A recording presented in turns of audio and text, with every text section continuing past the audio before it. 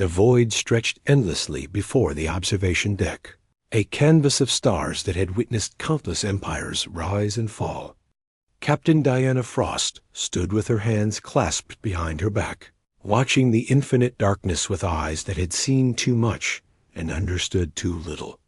Her reflection in the reinforced glass showed a woman in her early 40s, lean and weathered by years of service, with auburn hair pulled tight and a scar that traced her left cheekbone like a question-mark dot behind her. The bridge of the Tempest hummed with quiet efficiency. The ship was humanity's answer to the unknown, a vessel born from desperation and innovation, carrying the hopes of a species that had learned the hard way that the universe was not empty. Lieutenant Commander Jackson Park monitored the navigation systems, his dark eyes flickering between displays with practiced ease. Beside him, Tactical Officer Rebecca Torres kept watch over weapon systems that humanity prayed they would never need to use, but had built with meticulous care anyway. "Captain, we're approaching the designated coordinates," Jackson announced, his voice steady despite the tension that coiled through every member of the crew. "Sensors are picking up massive structures ahead. Multiple stations, dozens of ships. This is definitely Imperium space." Diana turned from the window, her posture shifting from contemplative to commanding in a heartbeat. 3 months of travel through uncharted space had brought them here, following signals that spoke of an advanced civilization. Earth's leaders had debated for years whether to make contact, whether humanity was ready to step onto a galactic stage they knew nothing about. The decision had finally been made, not because humanity felt ready, but because the alternative was to hide forever in their corner of space, hoping they would never be found. "Slow to standard approach speed," Diana ordered. "Open all communication channels. Let them know we're here." The communications officer, a young woman named Patricia Hill with nervous fingers and brilliant technical skills, activated the transmission systems. "Broadcasting on all known frequencies, Captain. We're using the mathematical sequences, the universal greetings, everything we prepared." For several minutes, there was nothing but the soft pulse of the engines and the quiet breathing of the crew. Then the screens erupted with light as a response came through, harsh and demanding. The face that appeared on the main view screen was not human. The being had features that seemed carved from obsidian, with 4 glowing amber eyes arranged vertically down the center of an elongated skull. Ridges of bone formed natural armor across what might have been shoulders, and when it spoke, the voice carried harmonics that made Diana's teeth ache. "Unknown vessel, you have entered the sovereign territory of the Kryn Imperium. Identify yourself immediately or be destroyed."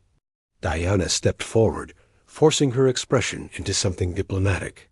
"This is Captain Diana Frost of the United Earth vessel Tempest. We come in peace, seeking to establish diplomatic relations with the civilizations of this region." The alien's eyes narrowed, all 4 of them focusing on her with unsettling intensity. "Earth? We have no record of such a world. You claim to represent an independent species?" "We do," Diana confirmed. "We've traveled over 800 light years to make this contact. We hope to exchange knowledge, establish trade, and perhaps learn from species more experienced than ourselves." Something that might have been amusement flickered across the alien's features. "I am Overseer Kale of the Kryn Enforcement Fleet. Your vessel will submit to boarding and inspection. Your crew will be processed according to Imperium law. Compliance is not optional." Rebecca's hands moved to her tactical console, not activating anything but ready. Jackson glanced at Diana, waiting for orders. The entire bridge had gone silent, every crew member understanding that the next words spoken would set the course for everything that followed.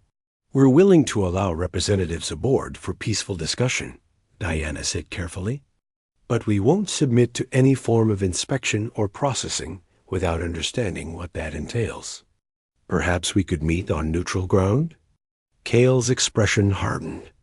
There is no neutral ground in Imperium space. All space, all matter, all life exists by the grace of the Imperium. You will comply, or your vessel will be disabled and your crew taken by force. These are your only options.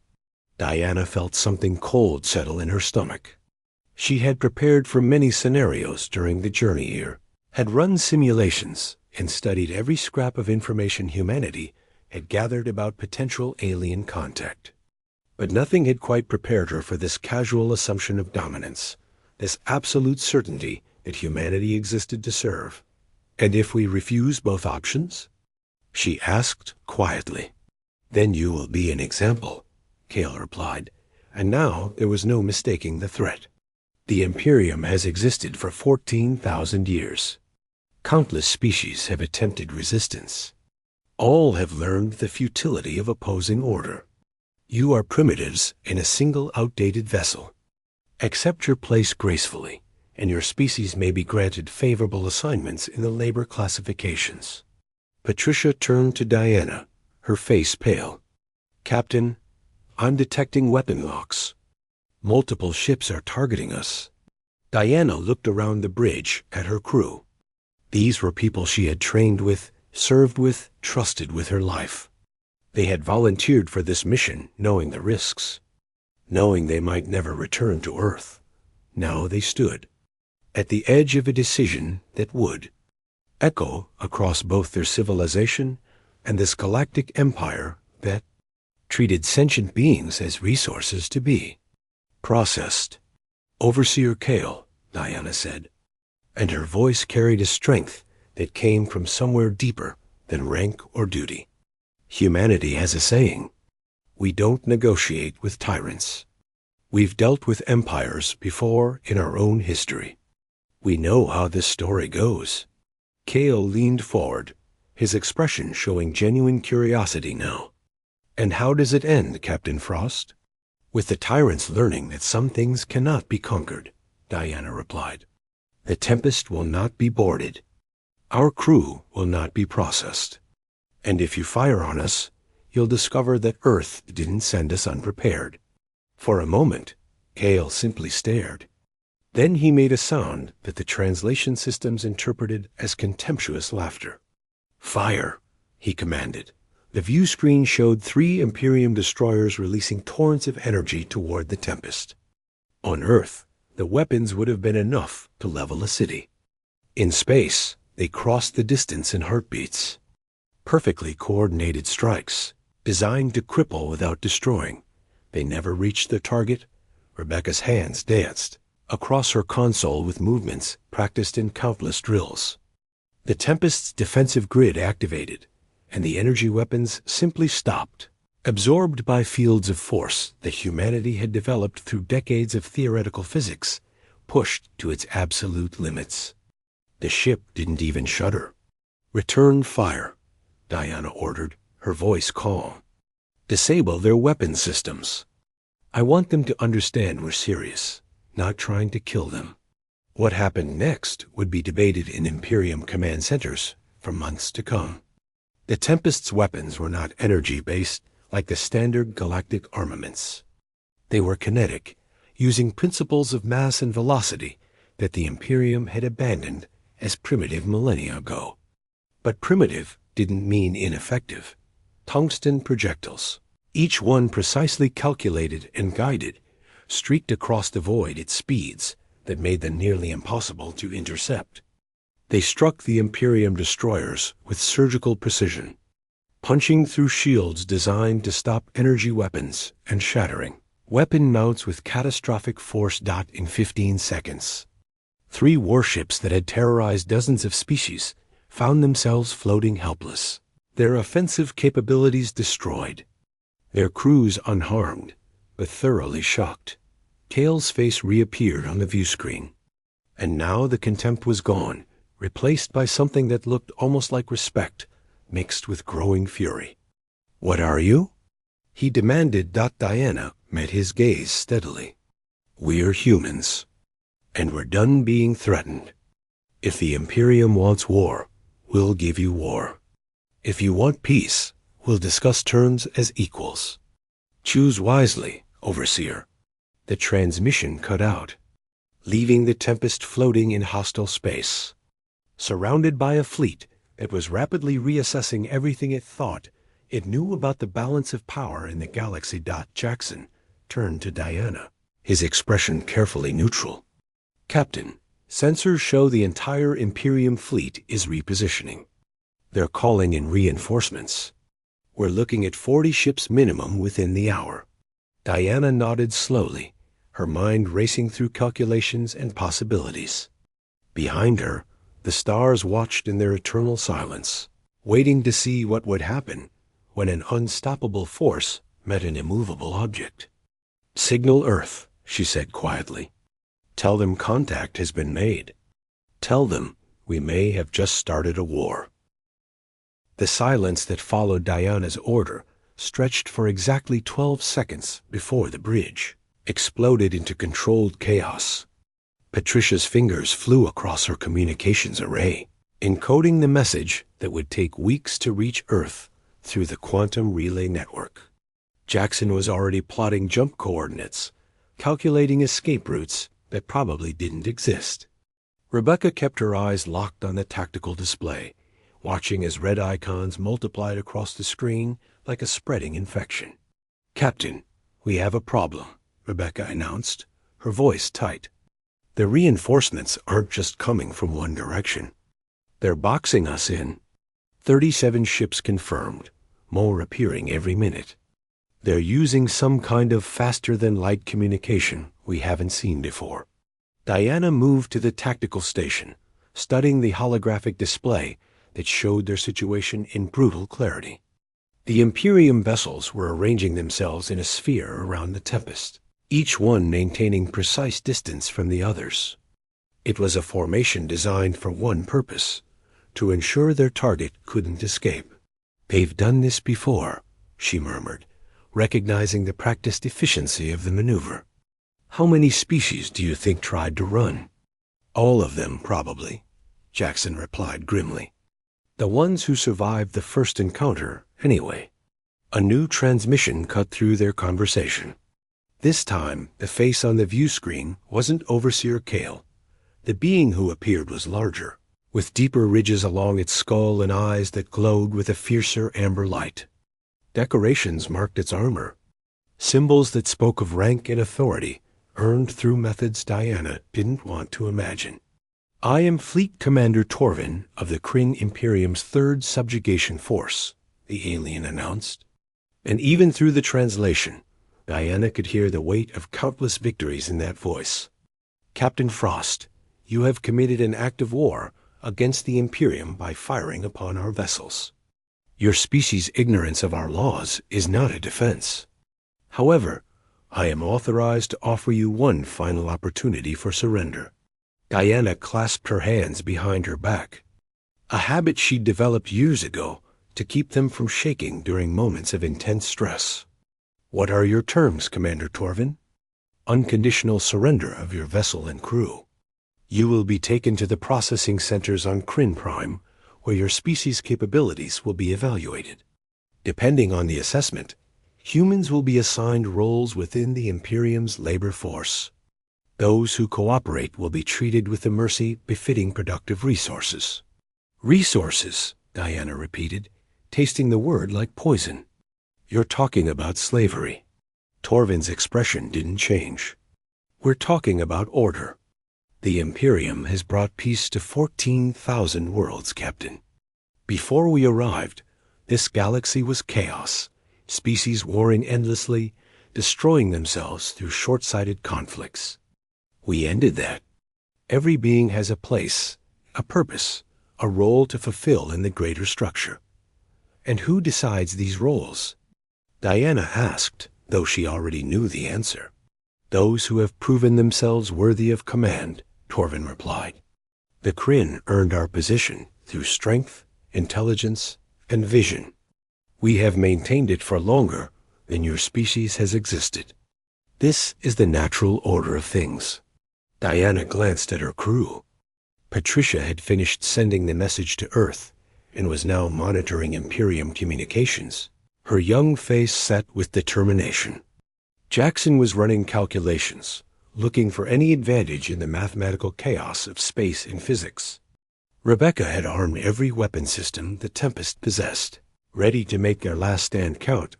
If it came to that dot, these were good people. Brilliant people. They had families back on Earth, dreams and hopes and futures they deserved to see. But more than that, they represented something the Imperium didn't understand and couldn't tolerate. The idea that every sentient being had inherent worth. That freedom wasn't a privilege to be granted, but a right to be defended. "Commander Torvin," Diana said, and now her voice carried the full weight of her conviction. "I need you to understand something about humans. We're a young species. You're right about that. We've only been in space for a few generations. But in our short history, we've faced tyrants before. Empires that claimed to bring order, that promised peace in exchange for submission, that believed some beings were born to rule and others to serve." She stepped closer to the view screen. Her eyes locked on Torvin's alien features. "We burned those empires to the ground. Every single one of them. And the ashes taught us something important. Freedom is worth fighting for, even when the fight seems impossible." Torvin's eyes narrowed. Brave words from a captain whose ship is surrounded by forces that could turn it into vapor. "You have one vessel, Captain Frost. The Imperium has millions. Your species numbers in the billions. Ours commands trillions. Simple mathematics should tell you how this ends."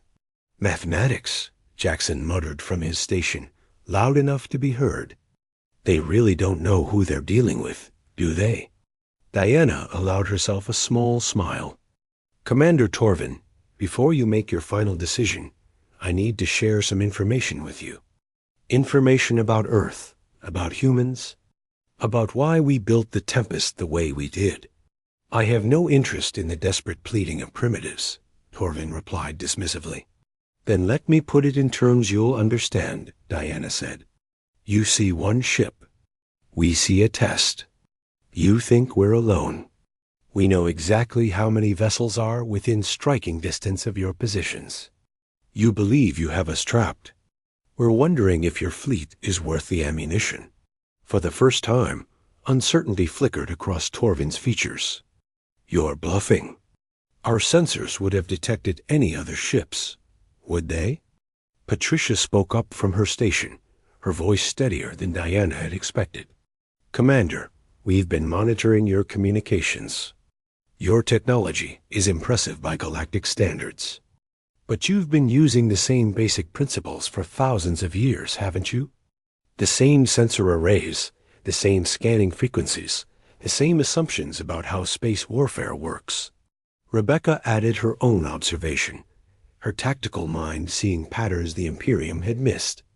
"Your fleet is positioned in a perfect sphere around us. Textbook formation for containment. Which means you've used it before, probably hundreds of times. Always works against species who fight the way you expect them to." "Enough games," Torvin growled. "Surrender now or face annihilation." Diana took a deep breath. This was the moment, the point of no return. Everything that followed would be written in history books, studied by strategists, debated by philosophers. But right now, it was just her decision, her responsibility, her crew's lives in the balance. "Rebecca, activate Protocol Valkyrie," she ordered quietly. Rebecca's hands moved across her console, entering authorization codes that only the command staff knew. "Protocol Valkyrie active. Captain. All systems responding." On the view screen, Torvin leaned forward. "What are you doing?" "I'm showing you what happens when you threaten humanity," Diana replied. "Patricia, send the signal." A single pulse of energy erupted from the Tempest, a specific frequency that wouldn't register on Imperium sensors as anything more than random radiation. But it wasn't random. It was a call, an activation command, a declaration that the time for hiding was over. For 5 seconds, nothing happened. Torvin's expression shifted from uncertainty to triumph. "Your trick has failed, Captain Frost. There's nothing out there." Then space began to tear dot, not literally, but the effect was close enough to make the difference academic.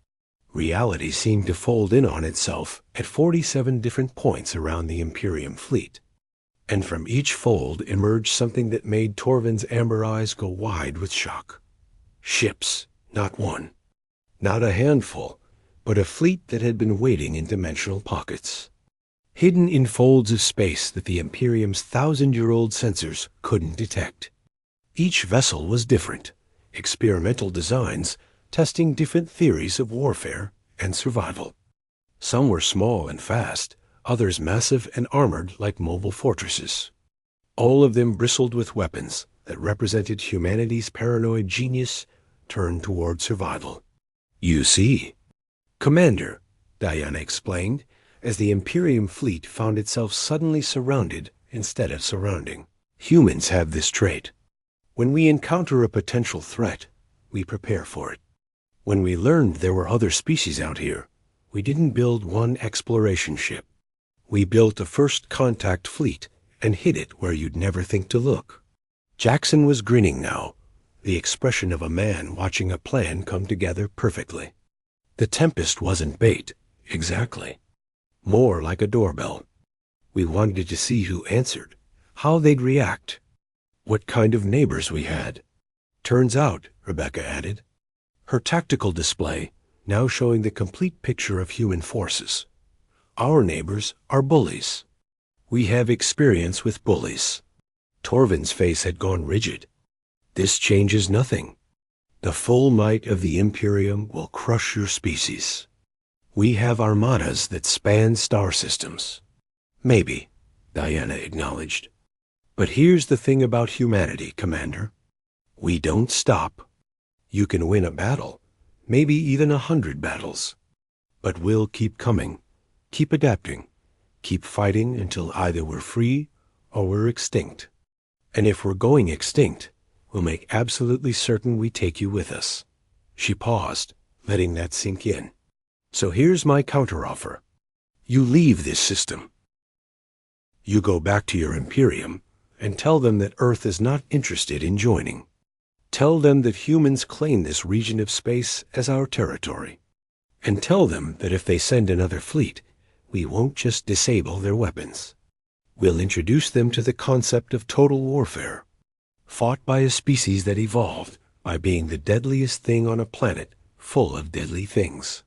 The standoff stretched across the void. Two fleets facing each other, weapons armed, fingers on triggers that could ignite a war spanning light years. Torvin's expression cycled through anger, calculation, and something that might have been the first seeds of fear. "This isn't over," he finally said. "No," Diana agreed. "It's just beginning. Choose your next move carefully, Commander, because humanity's watching now, and we remember everything." The transmission ended. For a long moment, the bridge of the Tempest was silent, as everyone watched the tactical display, waiting to see if the Imperium would attack or retreat. Then, slowly, the red icons began to move. Not toward the human fleet, but away, pulling back in formation, maintaining discipline even in what had to be a humiliating withdrawal. Patricia let out a breath she'd been holding. Jackson slumped in his chair. Rebecca's hands finally left her weapons controls, but Diana didn't relax. She stood watching the retreating fleet, knowing that this was just the opening move in a game that would reshape the galaxy. Earth had announced itself not as a supplicant or a victim, but as a power to be reckoned with. The Imperium would respond, and when they did, humanity would need to be ready. "Message from the fleet captains," Patricia reported. "They're requesting orders." Diana turned from the view screen, her expression thoughtful. "Tell them to maintain positions for now. We're not done here yet. Not by a long shot." The hours that followed the Imperium's retreat felt like holding your breath underwater, knowing you'd have to surface eventually, but dreading what you'd find when you did. Diana walked through the corridors of the Tempest, observing her crew as they processed what had just happened. Some showed relief, others displayed the shaky aftermath of adrenaline, and a few wore expressions of deep concern about what came next. She found herself in the observation deck again, that same stretch of reinforced glass, looking out at stars that suddenly seemed less distant and far more dangerous. The human fleet hung in space around them, 47 vessels that represented everything humanity could spare for this mission. It seemed impressive until you remembered that the Imperium commanded millions of ships across thousands of worlds. "Captain?" A voice called from behind her. Diana turned to find Lieutenant Thomas Webb, the Tempest's chief engineer, standing in the doorway. He was older than most of the crew, gray threading through his dark hair, hands scarred from years of working with machinery that didn't always cooperate. He'd been with Diana since her first command, a steady presence who rarely spoke unless he had something worth saying. "Thomas," she acknowledged. "How are the systems holding up?" "Running smooth as silk," he replied, moving to stand beside her at the window. "But that's not what I came to talk about. The crew is asking questions, Captain. They want to know if we just saved humanity or doomed it." Diana was quiet for a moment, watching a patrol ship glide past on its circuit around the fleet. "I wish I knew the answer to that, Thomas. We came here hoping to find friends, or at least neutral parties. Instead, we found an empire built on the suffering of countless species. So we had no choice," Thomas said. "It wasn't a question. There's always a choice," Diana corrected gently. "We could have surrendered, could have let them process us, could have hoped that cooperation would lead to better treatment down the line. A lot of species probably made that calculation, decided that survival as slaves was better than extinction through resistance. But we didn't." "No," Diana agreed. "We didn't. Because somewhere in our history, humanity decided that some things matter more than survival. Freedom, dignity, the right to determine our own future." She glanced at Thomas. "Do you think I made the wrong call?" The engineer was quiet for a long while, his eyes tracking the movement of ships against the backdrop of stars. "My grandfather fought in the water wars back on Earth," he finally said. "Brutal conflict over resources that everyone said would end civilization. He used to tell me that the hardest decisions aren't between right and wrong. They're between two rights or two wrongs, and you have to choose which one you can live with." He turned to face Diana directly. "You made the choice you could live with, Captain. The one that lets you look your crew in the eye, lets you go back to Earth and tell them we didn't abandon everything we claimed to believe in the moment it became difficult. That counts for something." Before Diana could respond, Patricia's voice came through the ship's communication system. "Captain to the bridge. We're receiving a transmission, but it's not from the Imperium fleet." Diana and Thomas exchanged glances before hurrying to the bridge. When they arrived, they found the command crew gathered around the main view screen, which showed an image that made Diana's heart skip a beat. The being on the screen was small, barely 4 feet tall, with gray skin and enormous dark eyes that seemed to hold oceans of sorrow. Its body was thin, almost fragile, wrapped in clothing that looked worn from long use. Behind it, Diana could see what appeared to be the cramped interior of a cargo vessel. "Please," the being said, its voice translated into soft, desperate tones. "Please, humans of Earth, if you can hear this, please respond. My name is Nira. I am Zelani, one of the species enslaved by the Kryn Imperium. We heard what happened at the border station. We heard that someone finally stood up to them."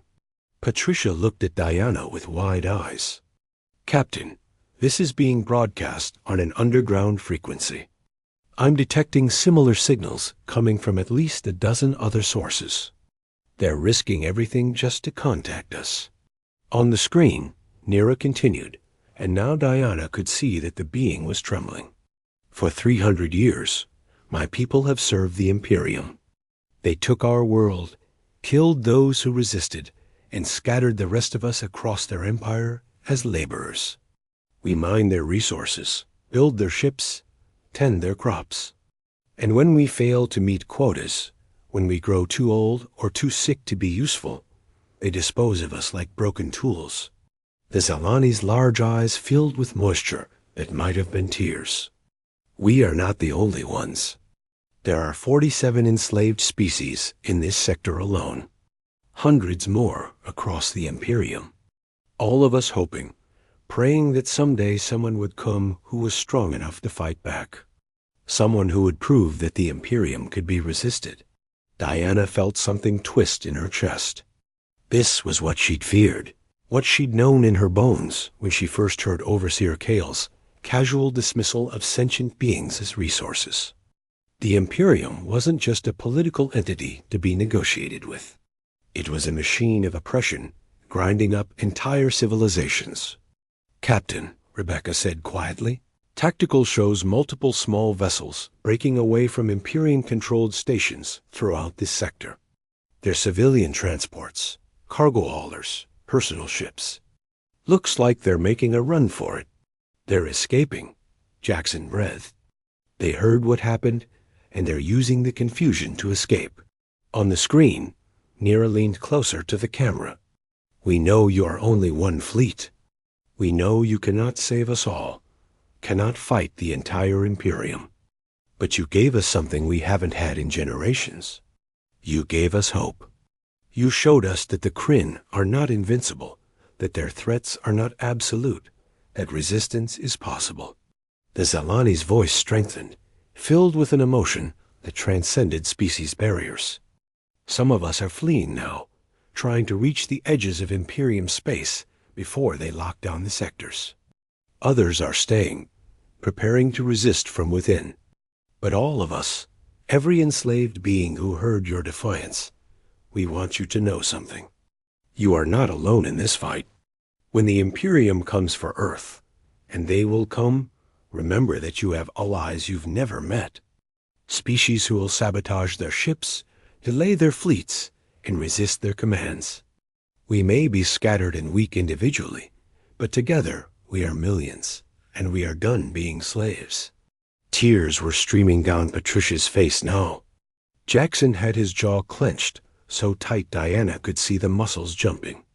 Rebecca's hands were trembling slightly as she monitored the growing number of escape attempts across the sector. "Humans of Earth," Nira concluded, "thank you. Thank you for reminding us what courage looks like. Thank you for showing us that freedom is worth fighting for. Whatever happens next, you have already changed the galaxy. You have already won a victory that matters more than any battle. You have rekindled the light of hope in hearts that had forgotten what it felt like to burn." The transmission ended, but the bridge remained silent. Diana looked around at her crew and saw in their faces a reflection of what she felt. They had come to the stars seeking knowledge and friendship. They had found a horror that demanded a response. And in responding, they had become something more than explorers or diplomats. They had become symbol. "Captain," Thomas said from his position near the engineering console, "I'm getting reports from across the fleet. Ships are requesting permission to assist the escaping civilians to provide cover for their escape attempts." Diana moved to the command chair, her mind racing through possibilities and consequences. Every ship they sent to help would be one less defender when the Imperium returned in force. Every civilian they protected would make humanity a larger target, would give the Kryn more reason to ensure Earth's complete destruction. But she thought about Nira's words, about hope rekindled in hearts that had forgotten how to burn. She thought about what it meant to be human, to stand at the crossroads of comfort and conscience and choose the harder path because it was the right one. "Send the message to all fleet captains," Diana ordered, and her voice carried clearly through the bridge. "Any ship not critical to fleet defense is authorized to provide assistance to escaping civilians. Navigation support, defensive cover, whatever they need. We didn't come to the stars to become another empire. We came to be better than that." Patricia wiped her eyes and began transmitting the orders. Rebecca coordinated tactical positions, ensuring they maintained defensive capability while freeing up resources to help. Jackson plotted safe routes through the sector, paths that would take the refugees beyond Imperium reach. And through it all, Diana sat in her chair and watched as humanity's first contact with galactic civilization transformed into something she'd never anticipated. They hadn't just encountered aliens. They had encountered injustice on a scale that dwarfed anything in human history, and they had chosen not to look away. Hours passed as the operation unfolded. 23 human vessels moved to assist civilian evacuations, providing escort through dangerous space, sharing supplies with beings who had fled with nothing but the clothes they wore. The Tempest remained at the center of defensive formation, coordinating the effort, preparing for the inevitable response. It came in the form of another transmission, this time from Fleet Commander Torvin. His expression was cold fury barely contained. "Captain Frost, you are now actively interfering with Imperium property. Those fleeing vessels contain workers who are legally bound to their assigned duties. By assisting them, you have escalated this situation beyond a border dispute. You have committed an act of war against the Imperium itself." Diana met his gaze without flinching. "Commander Torvin, those aren't property. They're people. And humanity doesn't recognize any law that says otherwise. If protecting them means war with your empire, then I guess we're at war." "You have no idea what you've done," Torvin said, and now there was something almost like pity in his voice. "The full weight of the Imperium will fall on your species. Your world will burn. Your people will be hunted across every corner of space. Everything you are, everything you might have become, will be crushed under the wheels of forces you cannot comprehend." "Maybe," Diana acknowledged, "but we'll go down fighting. And when the dust settles, whether humanity survives or not, the galaxy will remember that someone stood up, that someone said no to your empire of chains. And that memory, Commander, that idea, you can never truly kill it. Ideas are bulletproof. Hope is harder to destroy than worlds." She leaned forward, letting all her conviction show. "So bring your fleets. Bring your armies. Bring everything you have. Earth will be waiting, and we won't be alone. Every species you've enslaved, every being you've broken, every civilization you've crushed, they're all watching now. They're all seeing that the mighty Imperium can bleed. And once people know that tyrants can be hurt, it's only a matter of time before those tyrants fall." Torvin's image flickered with rage. "You're insane." "No," Diana corrected. "We're human. There's a difference." The transmission ended for the final time. Diana sat back in her chair and looked around the bridge at her crew. These ordinary people who had done something extraordinary, simply by refusing to accept that cruelty and oppression were the natural order of things. "Patricia, send a message to Earth," Diana said quietly. "Tell them we made contact. Tell them what we found. And tell them to prepare for war, but also to prepare for something more important. Tell them to prepare to be the galaxy's conscience, the voice that says there's a better way, the light that reminds everyone what civilization should actually mean." As her crew carried out her orders, Diana returned to the observation window one last time. Out there in the darkness, refugee ships were fleeing toward freedom, carrying hope in their holds, along with their meager possessions. Human vessels escorted them, protecting lives they'd never met, defending rights they'd only just learned were being violated. It wasn't the first contact anyone had dreamed of, but it was the one that mattered. And as Diana watched the stars that had witnessed so much suffering, she allowed herself to believe that maybe, just maybe, they were about to witness something different. Not the rise of another empire, but the beginning of something humanity had always excelled at creating, a revolution. The galaxy would never be the same. and neither would Earth.